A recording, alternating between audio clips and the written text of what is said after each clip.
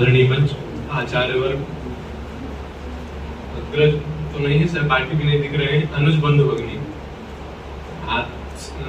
यहाँ आदरणीय गुरुजनों के समक्ष मोर कहब सब भांत प्रदेशु, फिर भी चूंकि आदेश हुआ है तो धृष्टता करता हूँ। लगभग अधिकतम लोग अपने यहाँ ऐसे होंगे जो कभी ना कभी किसी राष्ट्रीय उद्यान में घूमने गए होंगे, ऐसा मुझे लगता है। हम लोग राष्ट्रीय उद्यानों में घूमने जाते हैं या कभी टीवी में, पिक्चरों में ये चीजें देखते हैं तो एक सामान्य जानकारी अपन को मिलती है कि किसी खास करके बाघ के मामले में या शेर के मामले में या अन्य भी वन्य जीवों के मामले में कभी भी जब बहुत छोटे बच्चे हों तो उनके आसपास या उनकी माँ हो अगर नजदीक, तो जो गाइड हैं वो टूरिस्ट बहुत नजदीक लेके नहीं जाते। इसका कारण संभवतः सबको पता होगा, जब बच्चे बहुत छोटे होते हैं उस समय माँ बहुत ज्यादा आक्रामक होती है, उनकी सुरक्षा के प्रति अत्यधिक चिंतित होती है। अच्छा, ये मनुष्यों में भी है और ये पशुओं में भी है ये चीज। इसीलिए सामान्य रूप से हम ये मानते हैं कोई शिशु है, कोई छोटा बच्चा है, उसके लिए विश्व का सर्वाधिक सुरक्षित स्थान उसकी माँ की गोदी होती है। आज विश्व पर्यावरण दिवस पे संगोष्ठी चल रही है, उसमें इस बात का क्या संबंध? तो हम अपने शास्त्र एक उद्घोषणा करते हैं, माता भूमि पुत्रो हम पृथिव्या, अर्थात ये भूमि, ये पृथ्वी हमारी माँ है और हम सभी इसके पुत्र हैं। हम सभी लोग आयुर्वेद के विद्यार्थी हैं, आयुर्वेद से जुड़े हुए हैं और स्वाभाविक रूप से आयुर्विज्ञान के साथ साथ चिकित्सा के क्षेत्र से हम लोग जुड़े हुए हैं। अब कोई रोग हुआ, हम उसको ठीक करें या रोग ना हो, स्वस्थ से स्वास्थ्य रक्षण मात्र से विकार प्रशमनम, तो फिर बात वही आती है, सबसे सुरक्षित स्थान यानी माँ की गोदी। प्रकृति, धरती, ये भी हमारी माँ है और इनके अंक में रहकर हम किस प्रकार सुरक्षित रह सकते हैं, इसका एक बहुत अच्छा उदाहरण आज ही सुबह ओपीडी में देखने को मिला। एक बुजुर्ग महिला आई थी, संभवतः अनुमान है कि उनकी उम्र 90 वर्ष के आसपास रही होगी।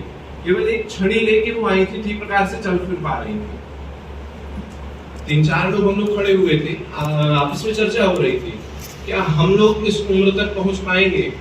पहुंच गए तो क्या इतनी अच्छी शारीरिक स्थिति में हम लोग होंगे उस समय? पता नहीं, शायद नहीं। तो हमसे कुछ पीढ़ी पहले उतने अधिक उम्र तक वो लोग पहुंचे और स्वस्थ हैं, हमसे कहीं अधिक सुदृढ़ स्थिति में, शारीरिक रूप से, मानसिक रूप से सुदृढ़ स्थिति में है।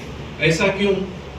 तो उनकी दिनचर्या, उनके दिनक्रम, उनके जीवन पे अगर हम थोड़ी ध्यान देंगे तो ये चीज ध्यान में आती है कि प्रकृति के साथ उनका तालमेल हमसे कहीं बहुत अधिक रहा है, चाहे वो आहार के मामले में हो, विहार के मामले में हो और औषध के मामले में हो। फिर इससे एक बार फिर आयुर्वेद में वापस आते हैं। हम सभी ने फर्स्ट ईयर में ही लोक पुरुष साम्य सिद्धांत पढ़ा है, यत् पिंडे तत् ब्रह्मांडे, जो ब्रह्मांड में घटित हो रहा है वो पिंड में भी यानी हमारे शरीर में भी घटित होगा। अगर ब्रह्मांड में यानी हमारे आसपास के क्षेत्र में, आसपास के पर्यावरण में, प्रकृति में, वहां अगर कुछ घट बढ़ रहा है तो उसका प्रभाव हमारे ऊपर भी पड़ेगा। हमें कितना भी ये लगे कि हम अकेले सुरक्षित हैं, हम बहुत अच्छा आहार विहार कर रहे हैं, हम बहुत अच्छे से सब नियमों का पालन कर रहे हैं, लेकिन अगर ब्रह्मांड दूषित है तो हम भी उससे अछूते नहीं रहेंगे। इसलिए हम व्यक्तिगत स्तर से थोड़ी सी आगे बढ़कर पारिवारिक स्तर तक, समाज स्तर तक और राष्ट्र स्तर तक और फिर विश्व स्तर तक इसमें प्रयास करें, ये अपेक्षित होता है। अब एक और अमृता देवी तक हम लोगों की बात अभी पूर्व वक्ताओं के माध्यम से हम लोगों ने सुना। थोड़ी और पीछे चलते हैं। श्री रामचरितमानस में अयोध्या कांड में एक संदर्भ आता है, वनदेव के परिप्रेक्ष्य में कि भगवती सीता ये कहती हैं कि जो वनदेवी हैं, जो वनदेव हैं, वो हमारे सास ससुर की भांति हमारी सुरक्षा करेंगी, हमें संभालेंगी।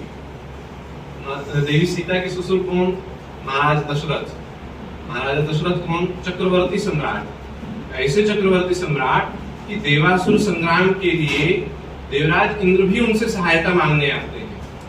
ऐसे सम्राट जो स्वर्ग में जाएं तो शायद देवेंद्र स्वयं अपना सिंहासन छोड़कर उन्हें बिठाएं।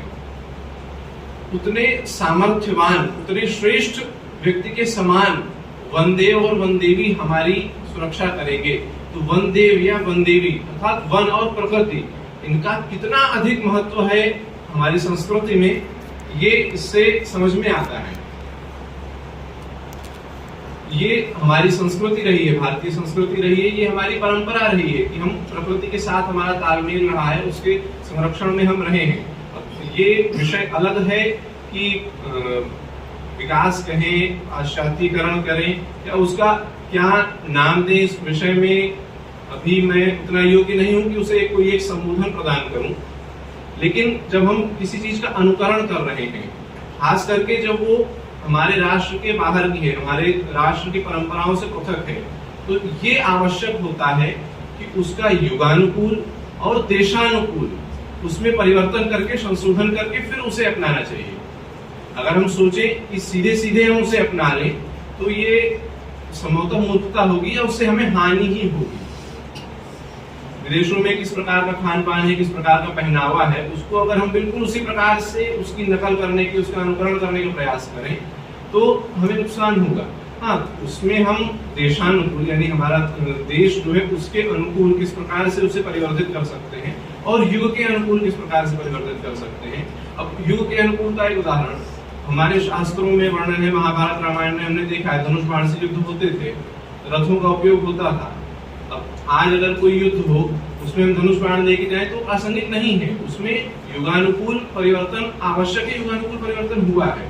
उसी प्रकार से इन सभी चीजों में भी युगानुकूल और देशानुकूल परिवर्तन अपेक्षित होता है। विद्यालय में गीत हम लोग यहाँ प्रार्थना के समय में हुआ करता था, निर्माणों के पावन युग में हम चरित्र निर्माण न भूलें, स्वार्थ साधना की आंधी में वसुधा का कल्याण न भूलें। ये निश्चित रूप से विचारणीय है।